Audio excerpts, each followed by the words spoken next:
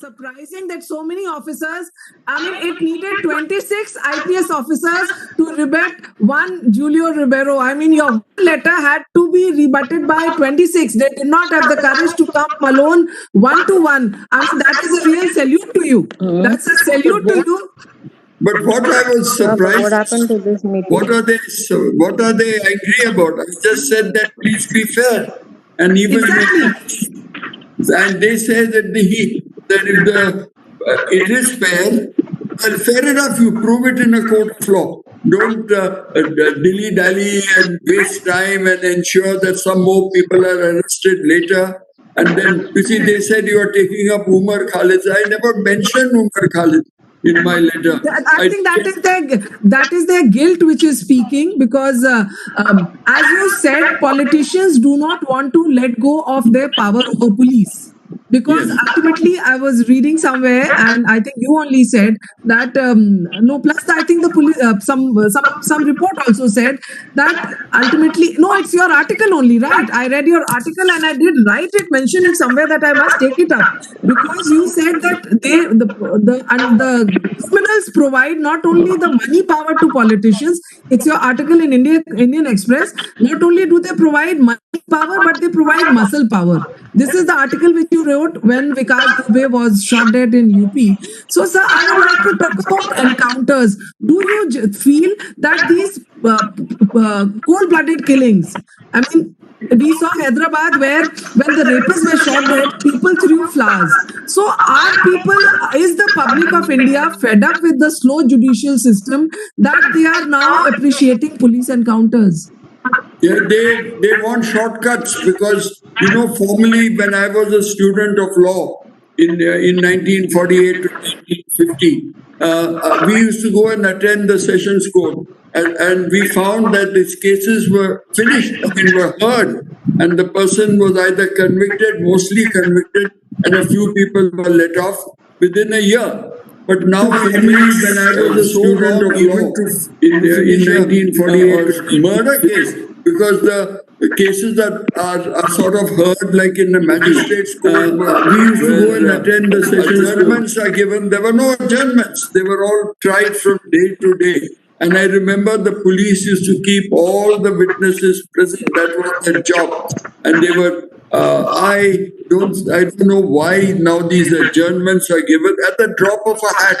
Somebody has gone to another court, somebody is there, somebody wants to waste time in order to suborn the witnesses. Some witnesses are bribed, some witnesses are threatened. I mean, this is something that is really turning us into a banana republic. I don't know how this has not been. I know when Justice Verma had just retired, or he was still the CJI. I met him in Dehradun. I was on my way to Mussoorie to give a lecture to the officers of the central services and IAS and IPS who go for their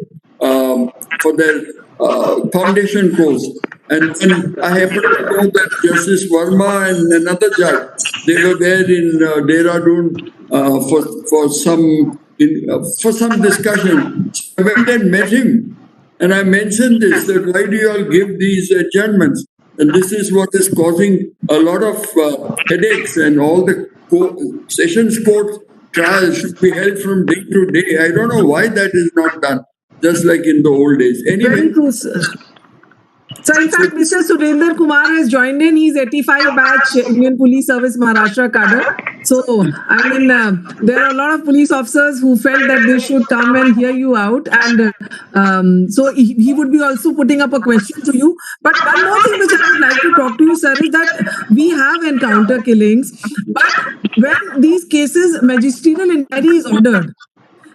I was seeing the figures of UP that magisterial inquiries were ordered 74 encounter cases where they got a clean sheet. In all the cases, clean sheet was given. So what does this mean? That, I mean, police and judiciary, have they decided to go the path together? Because we always thought that there was something called checks and balances. Because if clean sheet is given in all encounters, then we would say that cold-blooded encounter will be the call of the day. You said this UP was a real pointer to all these encounters. Number one, the chief minister himself. I've seen it in the newspapers. Said, I think I even saw it on the television. He said that he's going to finish off these criminals, and he has given his strict orders to his officers. And then a lot of these encounter killings took place in a bunch, which was quite clear that it was due to the instructions of the political bosses. And then, if you expect the magistrates then to go against the chief minister, I don't think that is possible. They won't, because today the political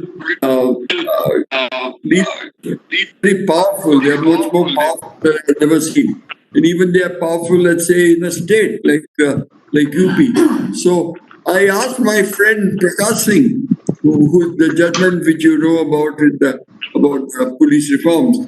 I asked him, I said, what is happening in your state? He was the DG of that state, and he is a very straightforward person. So he said he has gone and spoken to the chief minister and advised him not to do this nonsense. So whereupon I think there was some improvement after that happened. Then this thing took place of Vikas Dubey. I agree that if they had not taken the step they did, I knew that would be taken, because otherwise the chief minister's own reputation would have taken a huge hit. So I knew that was going to happen. But I think Vikas Dubey's killing is justified. That encounter, a lot of people are justifying, because the policeman, in a cold-blooded manner, he shot so many people. But it brings us back to the issue that how did he become so big? Yes, that is the point. Through patronage, he couldn't have become larger than life. You see, these gangsters who are so bold that they do things openly is because they are encouraged. They are encouraged by the police because they give them money. You know that it's corruption that does that. Whereas in the case of the politician, it's not only money but even muscle during elections. So these gangsters come up in that fashion. So the police leadership has to take a very decided stand that they will not allow their own men, because they have no power over the politician, but they have power over their own force, so they can keep the criminals under check. I remember that even in Maharashtra, where the Congress was ruling all the time, I served under them, not in the beginning when we started, but later on we found that these gangsters were coming up because of this nexus. And it was only if the leadership says no, we will not allow the police to help in this project. And that is how we could stop it.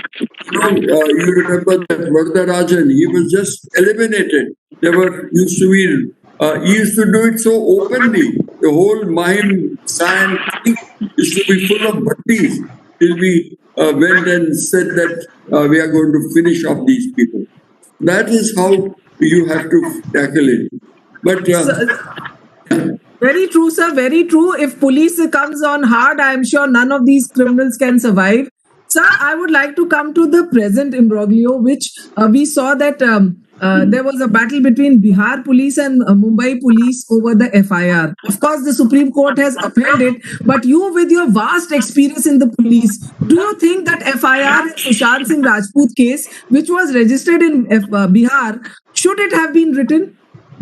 Should it have been registered? Should it have been registered? You see, in fact, I've hardly seen this being done. But if they want to establish the principle that somebody can give a FIR in some other state, then that state, even if they are allowed by law, they should register it as a zero number. Not give it a FIR, and they have to transfer the investigation not only to the state but to the police station where the thing took place. According to the CRPC, it is the police station in whose jurisdiction an offence takes place that is supposed to investigate or cognizable offences. But then a senior officer, an IPS officer, was thrown down.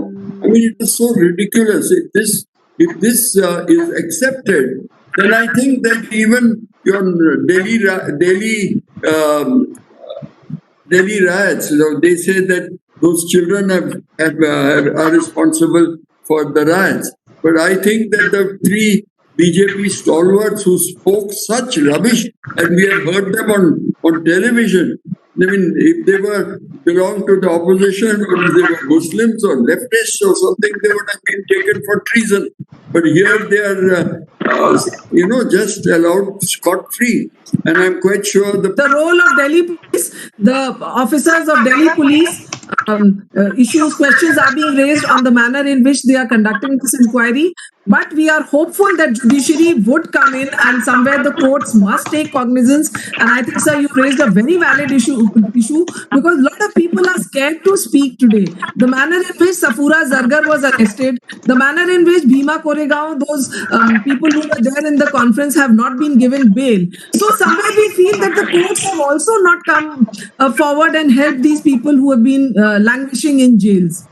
Look, Abba, you must remember, you must have taken note that Justice Muralidhar of the Delhi High Court ordered FIRs to be registered against these three gentlemen. Do you remember that? Yeah, I remember. And he was transferred the very next day. No, not next day, in the night. There was a midnight shock, obviously. And in the night, he was relieved of his charge and asked to go to Chandigarh in the Delhi, in the Punjab. He had accepted that earlier. But nobody treats a judge in this manner to go on sort of transferred in the night. Quiet. I mean, sir, you raised a very valid issue. And worse than that, Abba, the Chief Justice of the Delhi High Court, he does not take cognizance when he takes charge of the hearing. He has, etiquette, what they call the judicial, protocol, etc. So He should have taken it up. Very right, sir. I think you have. So if the judiciary also is not going to help the people to get justice, then I think we are in a very, very, very sad situation. Yeah. So that is what. One more thing I want to sir. Just like the Bihar police registered that offense there or against in the Riya Chakravarti, why does somebody not put a case, a cognizable offense against those three gentlemen somewhere else? Why don't they do it here? I think yes. I think from today's webinar. And then very true, very true. I think from today's webinar, we must take a cue that if Bihar police could register an FIR in a case of Mumbai, why should Maharashtra not register a case of the Delhi riots, people who have instigated the Delhi riots? I mean, definitely, because Supreme Court kept quiet, and we were hoping that somebody would say that the Bihar FIR should have been transferred to Maharashtra. And today's papers are full that DG Maharashtra, Mr. Gupteshwar Pandey, DG Bihar, Mr. Gupteshwar, what's his full name? But the DG Bihar has given his VRS because Gupteshwar Pandey. Elections. Yes. Gupteshwar Pandey. So Mr. Gupteshwar Pandey has given his VRS because he wants to contest election. Even earlier, once he had tried his luck, he had given his VRS. Since he did not get a party ticket, he came back. So why should we not have a procedure where any serving officer after retirement should not be allowed to join politics for 3 years? Should there not be a cooling off period? Because we've had army generals, police commissioners joining political parties and contesting elections the day they have retired or they have taken VRS. So somewhere we are politicizing our armed forces, we are politicizing our police. So sir, don't you think we should file a PIL in the Supreme Court once again saying that there should be a cooling off period? You may do that, but it won't succeed. I don't think that Supreme Court will basically take a political stand in such matters. It's not their job, I feel. But the Supreme Court, interfere in many, many other things that are now bothering the people. And I think they can ensure that this clear indication that political party wants this and wants that, and if police are doing it. I mean, with disregard to the law, I think that should be really taken up by the courts, because there are two, according to me, the judiciary and the media, they are supposed to ensure that the misuse of political power is not so blatant as it is now, or not even there at all. They should definitely interfere. But then they are all tamed, unfortunately. Even the media is so. I mean, there are some Watching very, Palghar, very important exceptions, very good exceptions. But otherwise, even in the judiciary, there are so many exceptions. Justice Muralidhar, as I just mentioned. I mean, I think that it was a great exception. And there would have been some change even in the investigation of these cases if it was not that. Actually, in the Delhi riot cases, out of the 750 odd, it's only one case that really matters, the conspiracy case. And that is the one we say, please bring the evidence. We don't know what the evidence is. They say they have very good evidence. Even Prakash Singh, my friend, feel that they have evidence. But then why don't you show it? Why don't Very you tell true. us? We really don't know what it is. If they have, fair enough. Nobody should be allowed to conspire to create a riot. That is something that I'm willing to concede, because it has to be, as a good citizen, you have to say that anybody commits an offense, he should be punished. So that is, I think, a very big statement coming from Rivero sir, that anybody who commits an offense needs to be booked, needs to be punished. But at the same time, what is important is that you must frame the charges, you must have substantial evidence, and you should not arrest somebody on hearsay by putting a flat charge of conspiracy or without evidence. Just like we are seeing in Mumbai, that the Narcotics Control Bureau is calling people, arresting people on drug chats. So what do you make out of this latest thing in Mumbai, where now drug chats are being used to summon people, arrest people? What is being used? The drug chats, the drug chats. Drug- Do you think, drug because in your career, in your career, has there ever been an issue like this, that narcotics arrested people on without recovery? You see, there are two things in these drugs matter, because unless the suppliers, the whole supply chain, the people who manufacture and ship the consignment, those are the people the National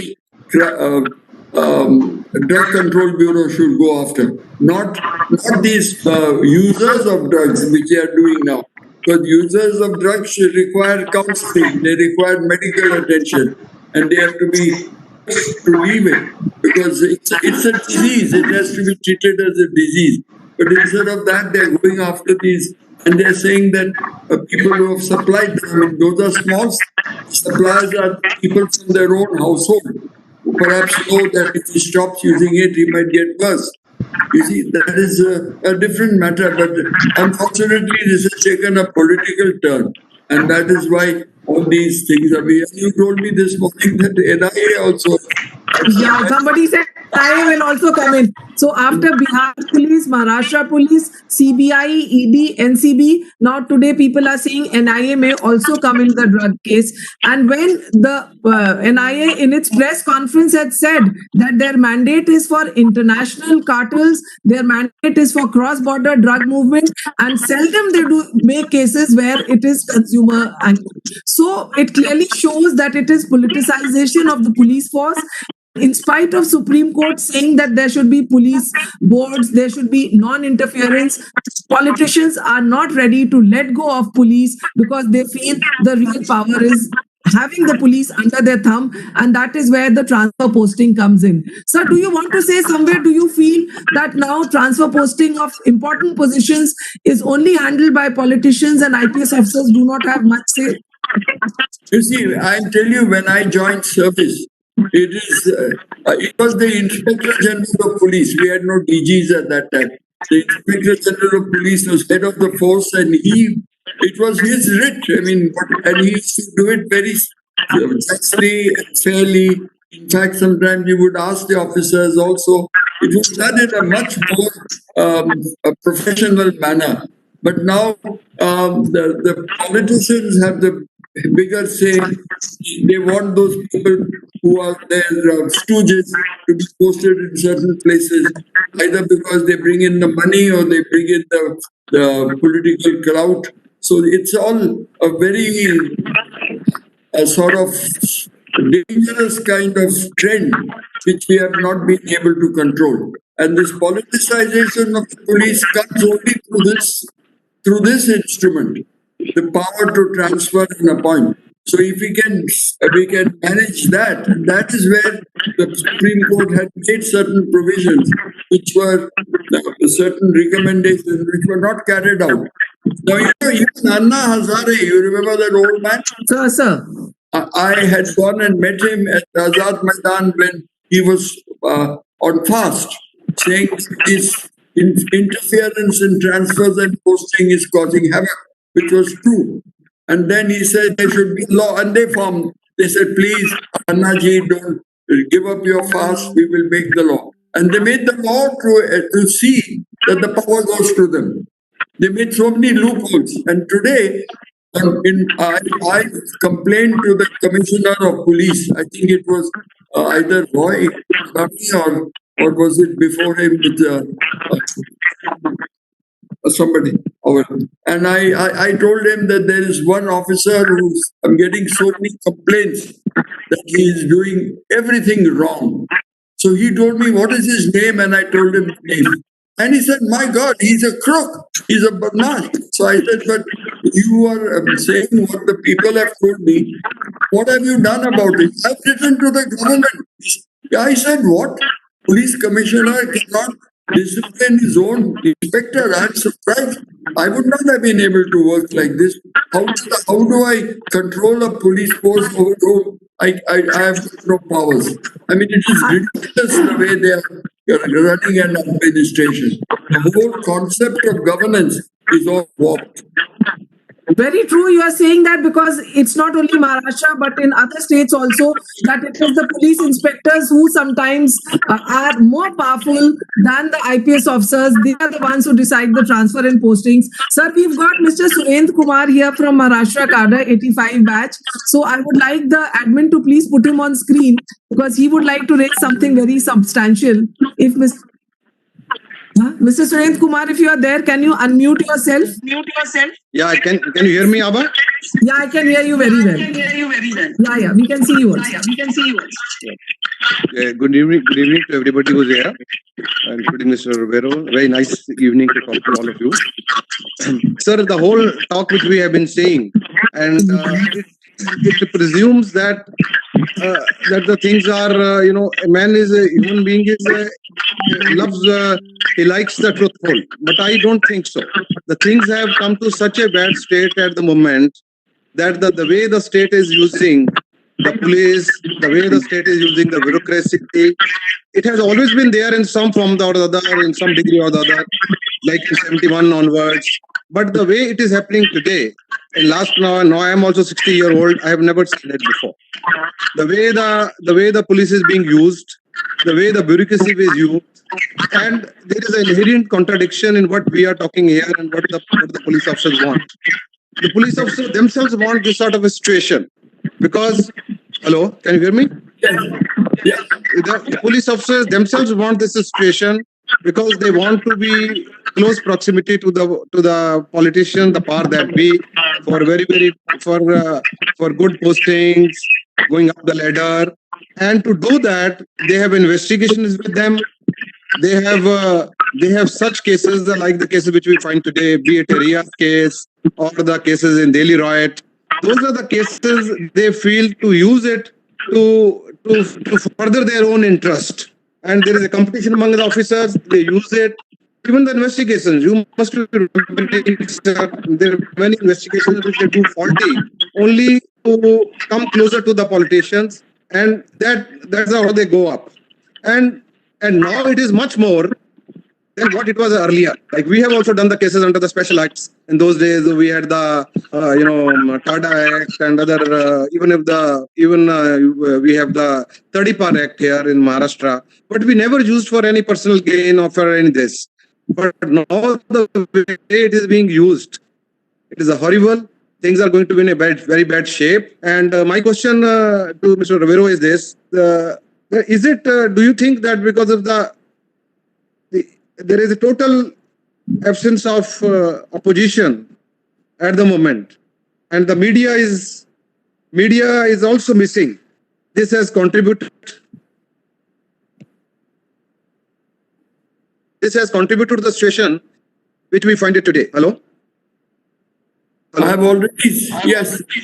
I heard. So these two elements, I feel, one is the opposition absence, other is the total media, the way the media has been marginalized, the way they have been thrown up. Now they have gone to the digital media. The main thing is they have gone up, and people are following them, people are not following them. And one more important point I feel, sir, there are a set of officers, I won't, without naming, they are also have also qualified to the IPS like you, me, and everybody has done. But I always maintain that doing well in the exam is a one thing, and to be a good human being and to be a secular approach to the other is another thing. It's almost, some people are saying a black is white, another set of saying that white is not white, it's a black. Even for the Delhi riot case, there are set of officers, we know them without naming them, they're having a different opinion. One is entitled to have a different opinion on so many things, I agree, because that's how the opinion is. But when the things are so clear, over the years you have maintained yourself, over the years you have seen the things, then why should you bring out your own social leanings, your own affiliations? You are supposed to leave their name. Your name should not suggest what you are. That is just a name. That's an accidental birth.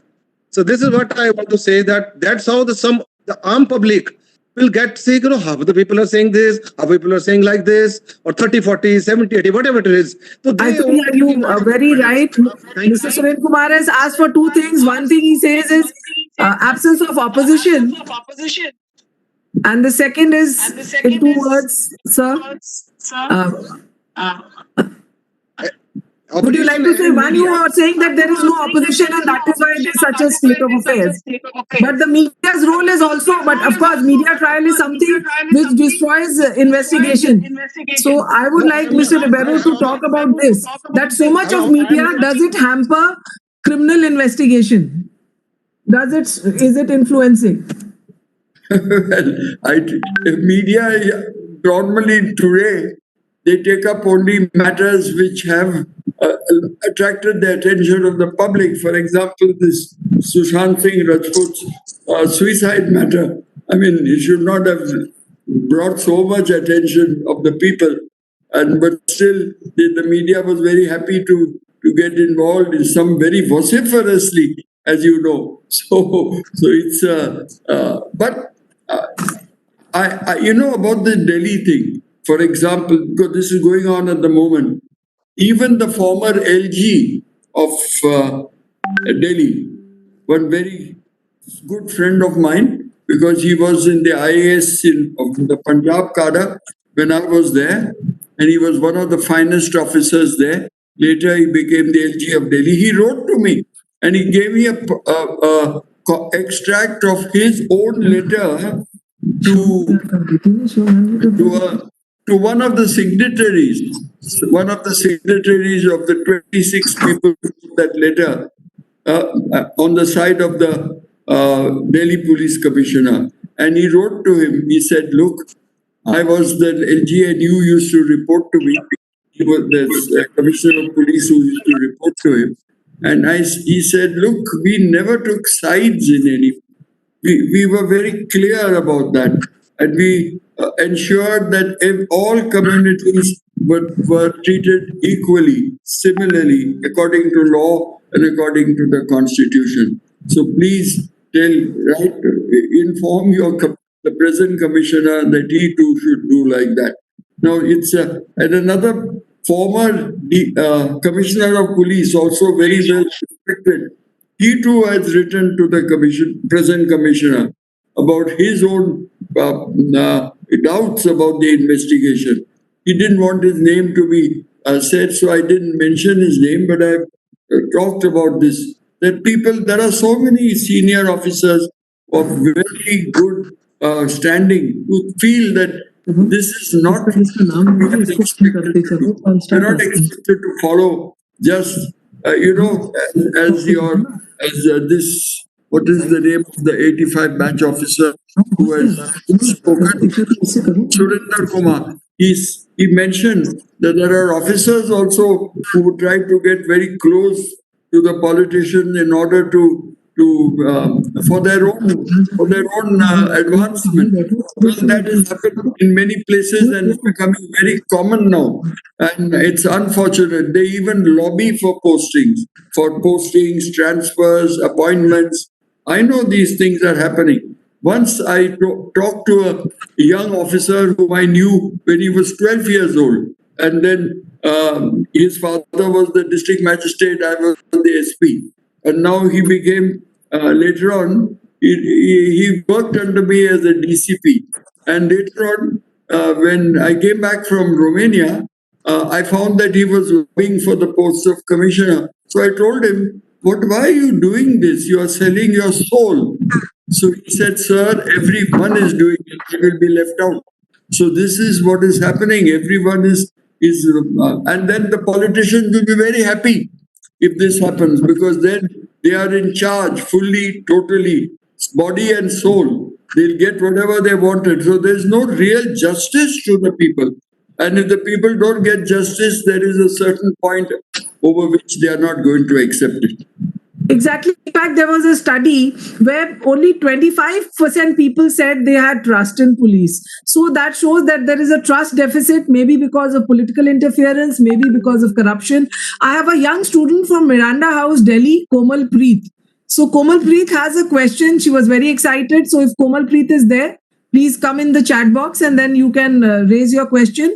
Even a law student from DY Patil, Divya Thorat, these were the girls who contacted me and they said that they would like to have some questions for you. So, but then again, if I come to a very important issue is that the UN says that per 1 lakh, there should be 222 cops. That is what they say should be the average. But in India right now, we have 151 police officers over a lakh of population. So somewhere, is it intentionally that there is a shortage of vacancy? Like in courts, you have less of judges because I'm sure the criminal wants that there should be vacancy, justice should be slow and cases should be delayed. So is it in the same manner that we don't want too many police on the ground so that the criminals can go scot-free? So because vacancy in the judiciary and vacancy in the police, these are the two things which should be filled up as on first priority, but which we see is not being done.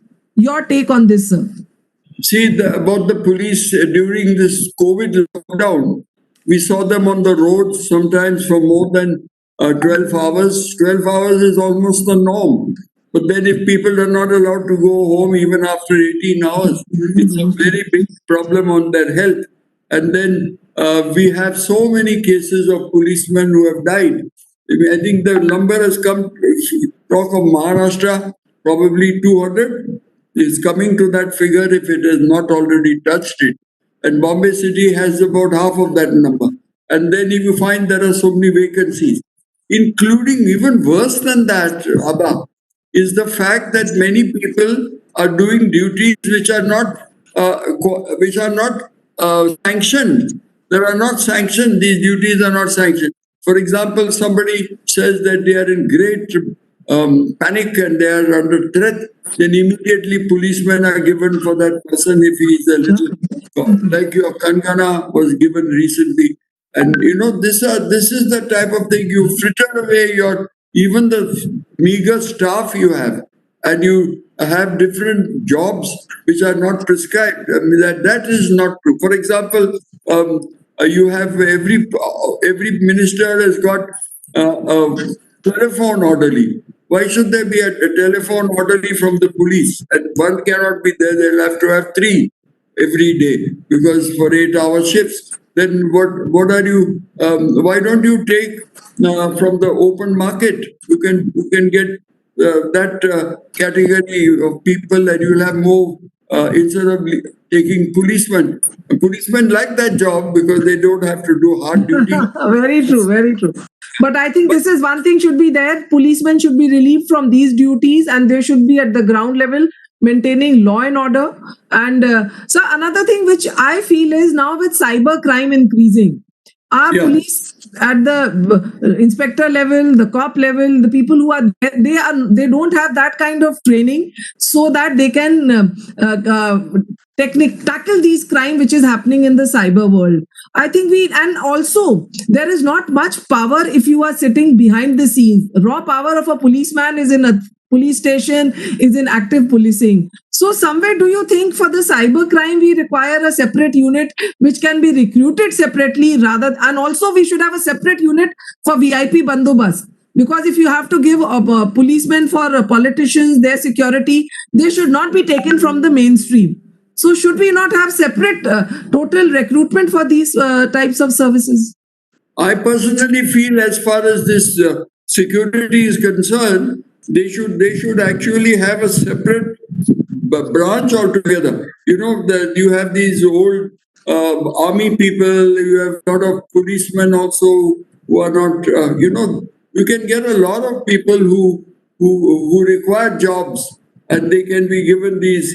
They can be made into another force for this VIP security, etc. But now they're using CRPF, they're using black cats, all sorts of things. I remember when I was being sent to Punjab, and the Prime Minister asked me to please go. He also told me to take black cats with me for my security. I said, sir, if I take black cats, I won't be able to command my own men because they'll say that I don't trust them. That is the worst thing that could happen to any leader. I said that I have to get their loyalty, and the only way I can get their loyalty is to be fair and just and honest with them, and then they will follow me. So please don't send any black cats. I will take my own men, and they will protect me, and that is what they did.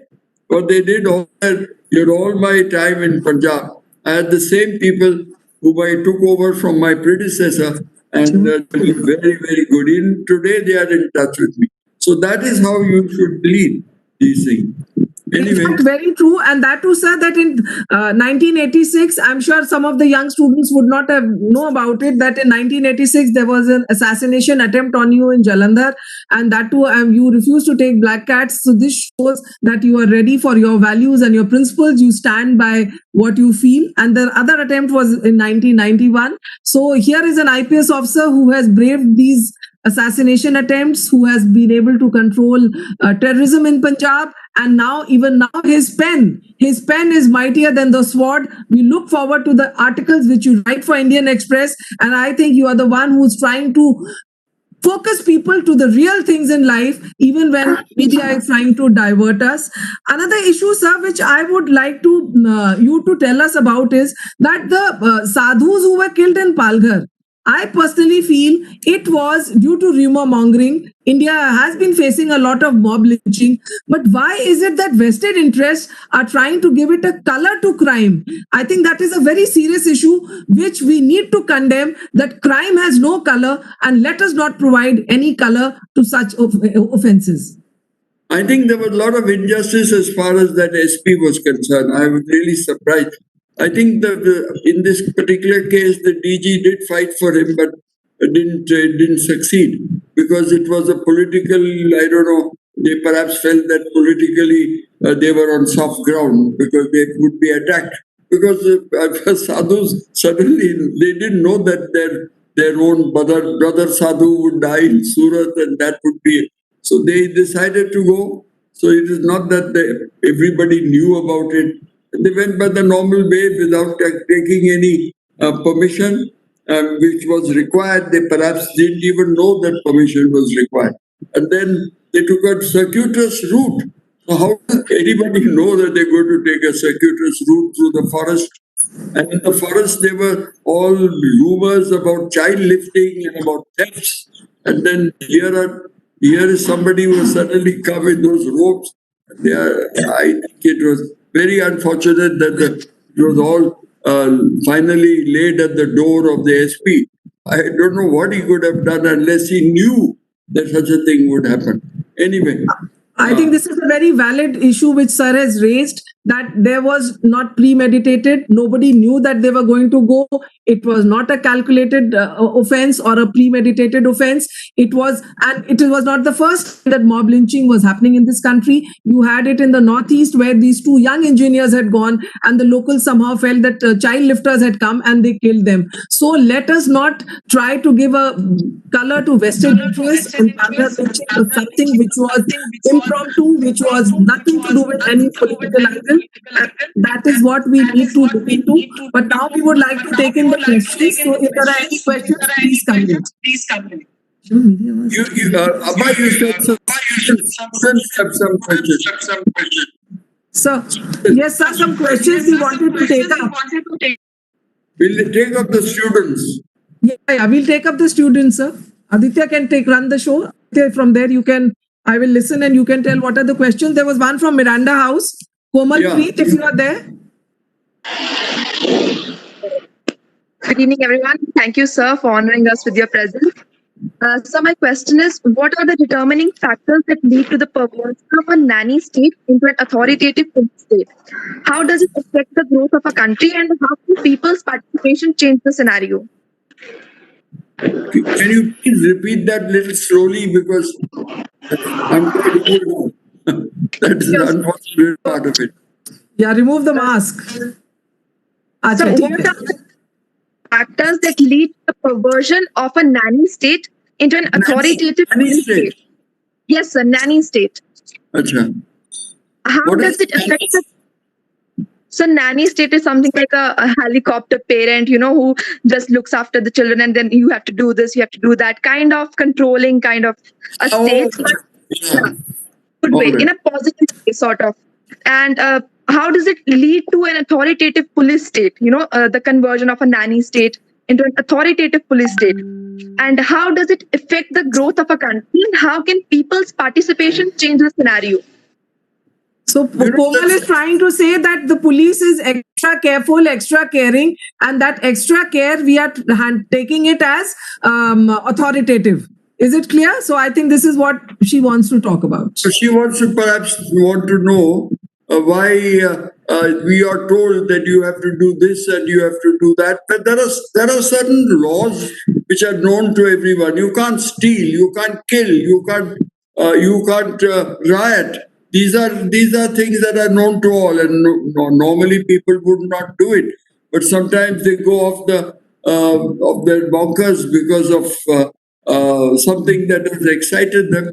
Well, at that time, this happens everywhere, and they have to be. There are various ways of cooling them down. You don't have to use violence. Also, take the case of students. Now, perhaps JNU and Jamia Millia are in the eye of people. They're all students.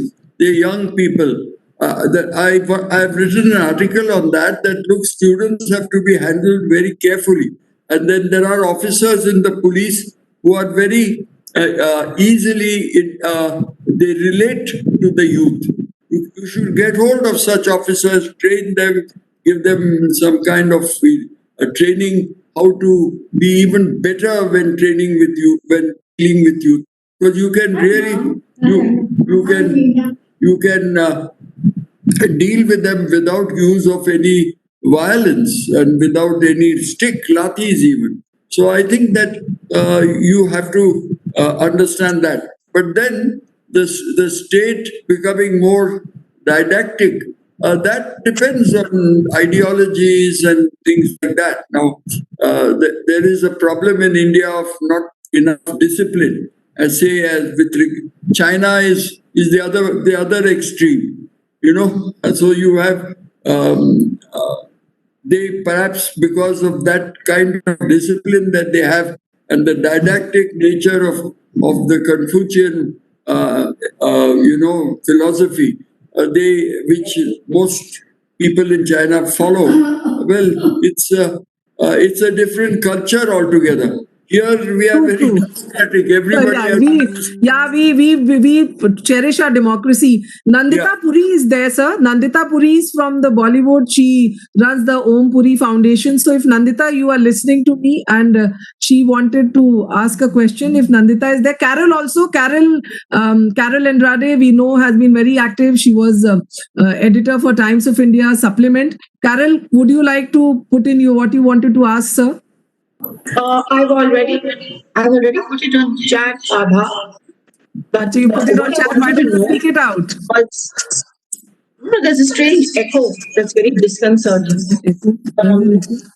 It is that there are plenty of good people, but all these good people are retired and they have neither power nor seeming influence. In this case, what can civil society do to force the government to tread the right path? No, I don't agree with you that there are no good people except those who have retired. There are among the retired also there are people. there are many whom I would not emulate. And then No, we want you back. We want you back as Police Commissioner Mumbai. yeah. That's a good idea. Carol will at least agree to I that. think that you have to wait for another 9 years. When I hit 100, I'll like to be back. And I then hope that's a promise. and the other, among the people here, there are such good persons. I know them. They're capable of handling any difficult situation, but they are not used. Perhaps they are found wanting in ideology or what? I don't. I think they are found wanting in power and support. Right? So They don't what? I think they're wanting in power and support. Huh. That is why they cannot do anything. Power They are and wanting in power and support, like they don't have the medium through which they can deliver. So there's another activist from Delhi, Yogita Bhayana, and she's Yeah. been doing a lot of work for women's safety, gender justice. And Yogita, please, you can come and put up your question. She's not there. Malti was there. Malti Kembavi. I can see Malti. Malti is also an activist, actively working with a lot of NGOs. Malti. No, usko. Malti Kembavi. I am. Yeah. Malti. She was there throughout. Now I cannot see her. She's there. हाँ तो you take it up ना थोड़ा सा ईशा देख लो ना शिवम तो करेंगे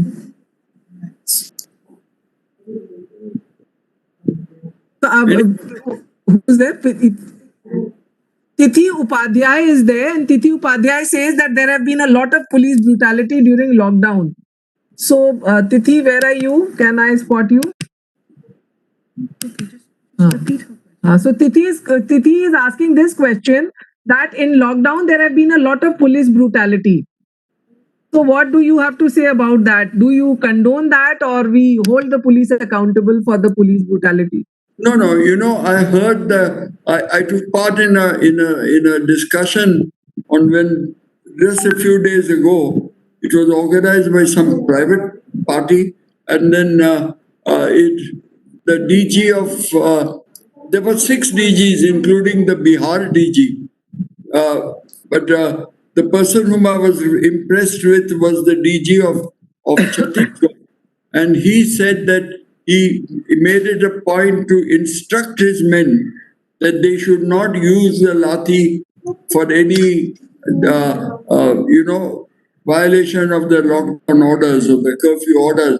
And I thought that was a very, very valid instruction that he gave, because I found that a lot of policemen, because they were on duty for a long periods, they used to get, they used to get excited when they had these people who were transgressing the law and not adhering to orders. So that I can understand that frustration, but they too should have been instructed not to use the lathi because the people are already under great stress. And then you also add to that and add some violence also to that enforcement. I think that is That bad. means, so that means police brutality should not be there at all. Police, even in the toughest of the situations, should not wield the lathi. I have another colleague of mine from Bombay High Court. I just want to mention Sir. my first impression of this was in Delhi. The Delhi police used that even to the people who were going home. And there was a young boy. Exactly. 14 or So that 15, needs to be condemned. that We need to remains condemn. the way the boy was crying. So he was just going home because he had nothing else to do. Where would he stop? And the police beat him up. I mean, it's very, very So I think we from unwise. the Delhi, of course, I think brutality cannot be justified at all. Divya Thurat is there, sir. Divya Thurat is from DY Patil College. And Divya, you can come on board. I can read out your question. What is it you're asking? Divya, can you hear me? Yes, Yeah, then yes, ma'am. please. Can I ask my question? Yeah, please. Yeah. Sir, it's my great pleasure to be here and interacting with you. Sir, you have seen a lot of riots, a lot of violence in Mumbai. So has any of those riots affected you or impacted you in a serious way? No, really not, because only helped me to make strategies for the least amount of violence to be used by the police. Because normally when riots take place, the police know that they have to use their lathis, even their guns sometimes. So you have to use the minimum force. I remember that once there was such a big thing at Malad, when I had to go there to because they had stopped the whole traffic on the Gujarat highway, the Western highway, and they were all standing for hours and blocking the traffic. So I went there and I asked the young boys, they were mostly from Gujarati boys, there was a problem with some cricket, ordinary cricket, not even with a cricket ball, something with a tennis ball or something. And somebody hit, one of the players hit the other player with a stump or with a bat, and the boy died. And there was a big, so that caused a huge, and unfortunately, the boy who died was one community, the boy who hit was another community. There was no communal angle to that. They were only playing cricket.